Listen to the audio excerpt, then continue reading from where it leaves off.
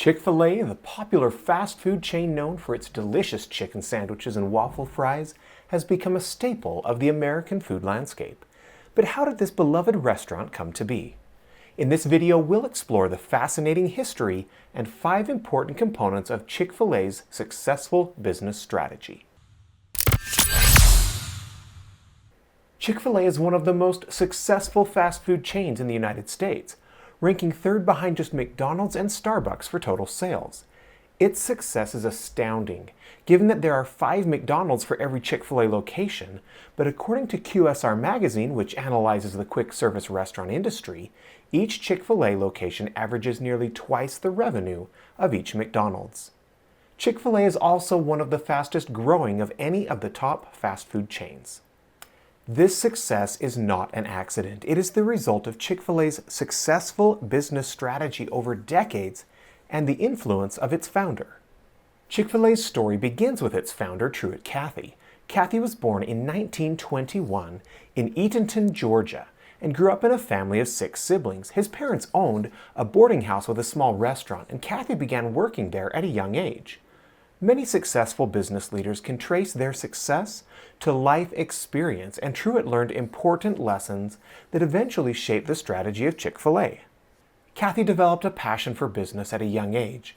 When he was just 8 years old, young Truett learned to serve customers as he bought 6 packs of Coca-Cola for $0.25 and sold individual bottles for 5 cents each.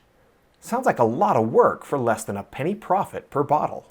To improve his sales, Cathy used ice from his mother's ice box to cool his Cokes before selling. This was before the days of air conditioning and the refrigerator. Truett learned that doing a little extra attracts customers. Cold Coke sold better than warm Coke. This brings us to the first part of Chick-fil-A's successful strategy. Do a little extra to improve the quality of your product or service. Chick-fil-A does not cut corners in quality. In fact, even today, everything is prepared and cooked from scratch, using decades-old processes. They don't even have microwaves at their restaurants. And the capital A in the company's logo is intended to emphasize the company's commitment to grade A quality. And for me, the quality of chicken, waffle fries, and fresh lemonade give that little bit extra that keeps me coming back for more chicken. Cathy further learned the value of customer service as a teenager delivering newspapers, ensuring that papers were never lost in the bushes or left out in the rain. He said, "I delivered each paper as if I were delivering it to the front door of the governor's mansion." After serving in World War II, Truett and his brother Ben started a restaurant, the Dwarf Grill in Hapeville, Georgia, which later became known as the Dwarf House. The 2 brothers worked alternating 12-hour shifts to keep the restaurant open 24 hours a day. They focused on providing excellent customer service, and this is the second key to Chick-fil-A's success. Today, Cathy's emphasis on Chick-fil-A customer service can be summed up with helpfulness, smiles, and the phrase, "My pleasure." Excellent customer service is the second piece of Chick-fil-A's successful business strategy. Truett Cathy invented his famous chicken sandwich in 1964 at Dwarf House, placing a fried chicken breast between 2 buttery buns, with pickles. The Dwarf House was successful, but Cathy wanted to start a new restaurant to focus on the chicken sandwich.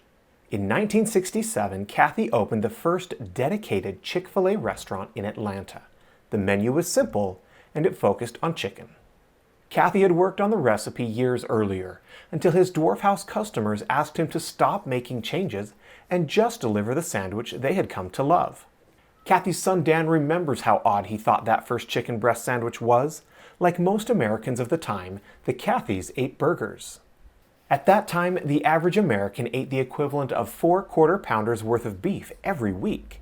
But despite being unique, the chicken sandwich was a hit. And it still is. In fact, it's such a hit that you should like this video to show appreciation for your favorite chicken sandwich. Creating a product that was distinct from competitors is the third point of Chick-fil-A's business strategy. The original chicken sandwich stood out from the competition. If a company serves everything the same as competitors, the only real differences are location and price. You might wonder why I list the uniqueness of the chicken sandwich after quality and customer service, but that was Truett Cathy's approach. In fact, he often said, We're not in the chicken business serving people, we're in the people business serving chicken. But customers were not the only people Truett Cathy cared about.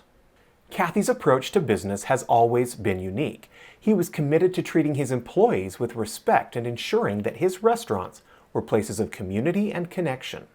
Having the right team is such an important part of the Chick-fil-A strategy that employees and store operators are carefully selected. The selection process to become a Chick-fil-A franchisee is rigorous and can take up to 2 years. Candidates fill out a series of applications to demonstrate their personal finances, experience, education, and leadership. The company wants to select only those with the ability, temperament, and integrity to carry out the Chick-fil-A mission. Only a few are ultimately selected to operate a Chick-fil-A. Another difference between becoming a Chick-fil-A franchisee compared to other fast food franchises is that Chick-fil-A focuses on personal rather than financial commitment. A new McDonald's requires a $45,000 franchise agreement plus an investment of over $1 million to build the store. McDonald's franchisees often hope to become passive owners rather than active operators. In contrast, Chick-fil-A only requires a $10,000 investment, but these store operators are expected to remain actively involved in their business. One major difference is that the $10,000 covers just the franchise fee, but the Chick-fil-A Corporation covers the cost of the building. That building is then leased to the new franchisee. John Diamond, a Chick-fil-A operator in Atlanta, said, "Today, my team will laugh because I'll be in here alongside them, grabbing a mop or working the drive-thru or whatever.